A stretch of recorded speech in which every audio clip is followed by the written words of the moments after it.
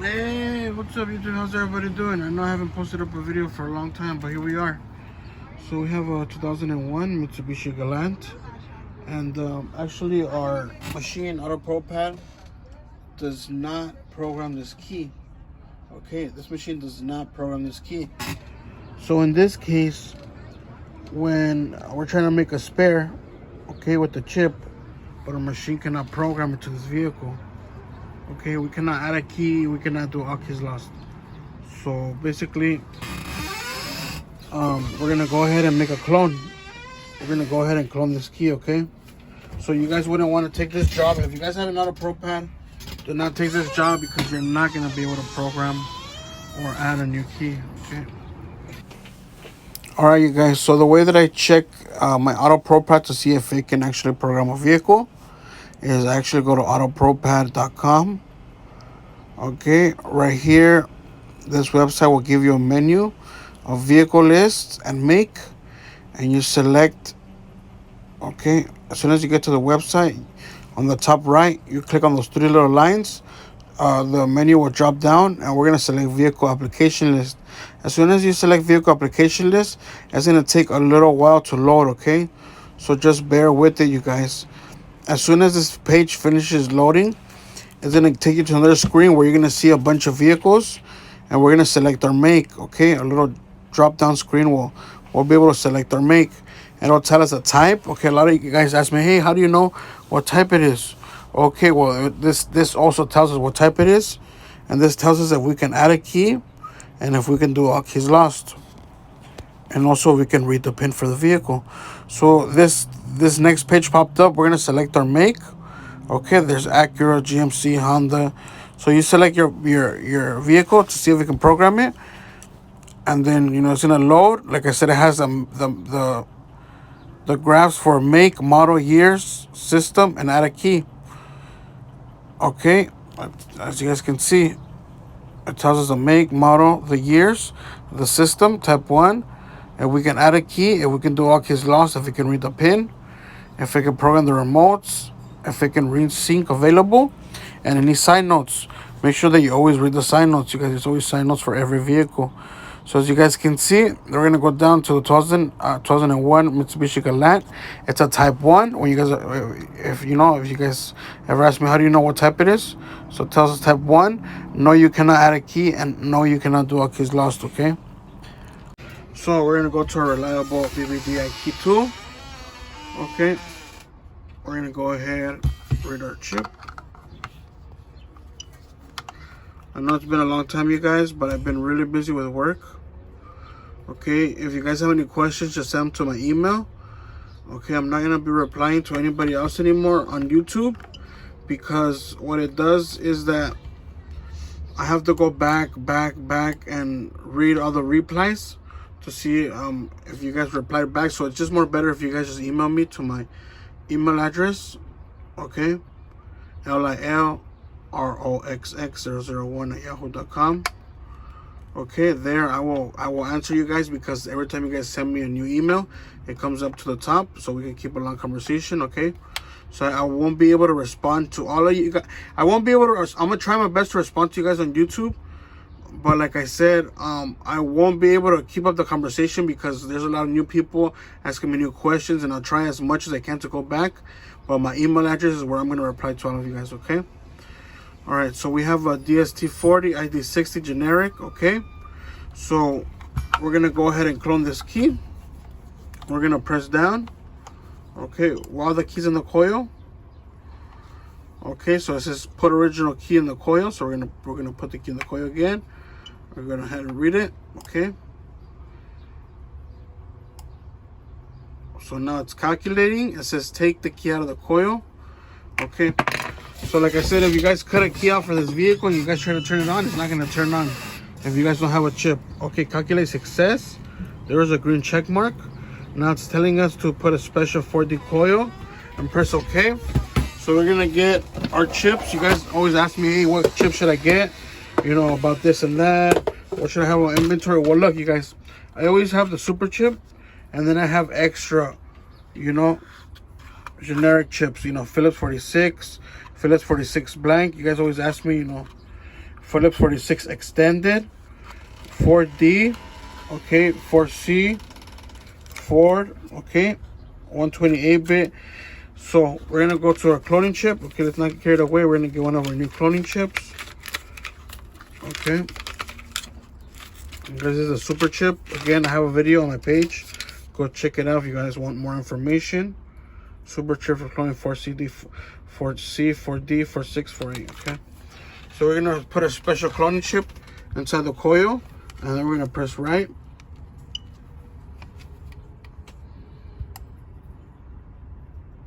Writing data, as you guys can see.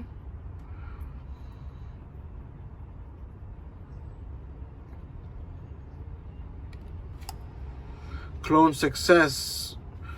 So this is a good thing about cloning keys, that we can put another one in there, clone it, we can make 100 clones. But when you're adding a key to the system, you only have like up to six keys. When you do a clone, you can write 100.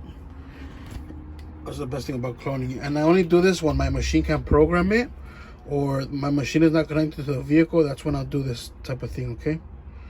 So we're gonna go to our multifunctional keys, you guys. Check out multifunctional keys. You guys always ask me about them, okay?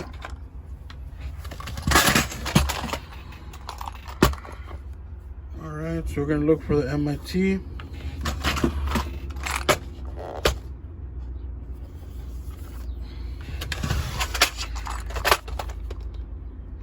So we have MIT3, MIT1. It's not that one.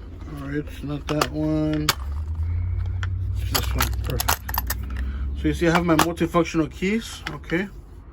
I also keep some spares around with the chips, you guys. Okay. But I always turn to my multifunctional chip, my multifunctional key. Okay. Because I cannot put the super chip inside the original key. That's not multifunctional. Okay. So we're gonna go ahead. You guys, these are kind of hard when you put this in here. These are really hard to put it in there. I usually have to bang it up a little bit or hit it a little bit for this to fit in there. Okay, so I always have to use extra force. But the good thing is that they're really hard. Once they're sealed and closed, they're really good. I usually choose the Toyota one. Okay, so I'm gonna put this on pause, put our super chip in there, cut our key, and then we're gonna try to turn on our vehicle, okay?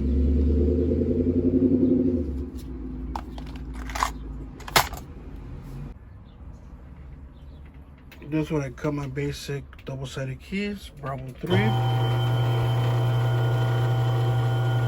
Clamp C.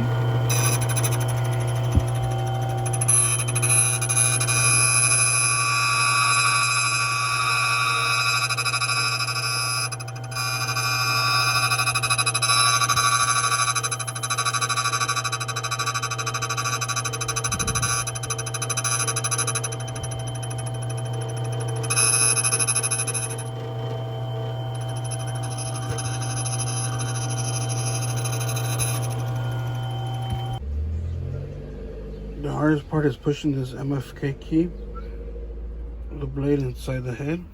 I usually put it like against something like this, and then I'll push it hard back so I can align up. You see that hole? It needs to be lined up with the blade. And then I put my super chip, always pointing down, okay, to the side right here. Okay, pointing down. Okay, as long as it's facing down, you should be good, okay? Doesn't matter which way it goes in, but as long as the little end is pointing down. After you have that, you can go ahead and close this. I usually use some pliers to close this together, because usually with my thumb I can't close it together. So I'll just like use some pliers and just clamp it down, and it'll clamp, clap, clap, clap, and it'll all be sealed, okay?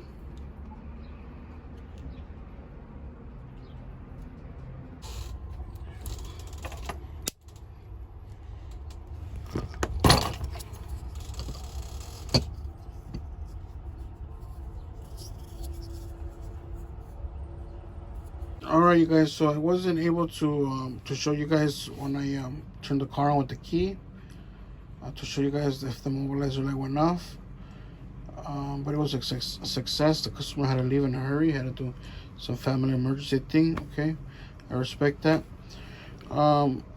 the chips that I've been having problems with is trying to clone is the Ford 4C. I have an issue with that one. Okay, we can clone Toyota H chip, but we have to do it online. So we have to download the app on our phone, connect our Vvdi key tool to our phone via Bluetooth, and then we control our Vvdi key tool through our phone on the app, and we're able, and that's when we're online. When we're on the app cloning a chip, that means that we're online. Okay, a lot of people don't know what that means, you know, offline and online. If you guys are ever cloning the Megamos 48, I always recommend you to do it online. Don't ever do it offline, because you guys will mess up the customer's key. Okay, so at your own risk. Okay, you guys, always online. Why? Because when you do it online, it tells you to open the key back and forth maybe like 10 times, and it's getting information every time, you know. And when you do it off just the key, it just to take all the information off the customer's key, and it messes it up.